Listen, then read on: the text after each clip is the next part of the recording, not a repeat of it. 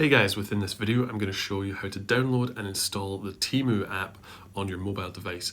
If you are using an Android device, go over to the Google Play Store, but as I'm using an iPhone, I'm going to press the App Store, this blue button in the middle of my home screen, and then go down to Temu, start typing that in the bar, and then press search in the bottom right. And from there, I always skip past the first advertisement, even if it is from the company we're looking for, and then go over to the first organic listing, the Temu app, this orange app right here. And then on the right-hand side, there's the Get button. Once you press that, it's going to ask us to confirm with our Face ID before it starts downloading. Double tap on the button on the right-hand side to do that. And there we go, guys. Temu app has downloaded on this device, and you can press the open button from within the App Store to actually launch the app. I'm going to accept all cookies. And there we go, guys. The Temu app has been downloaded on this device, as we can see right here.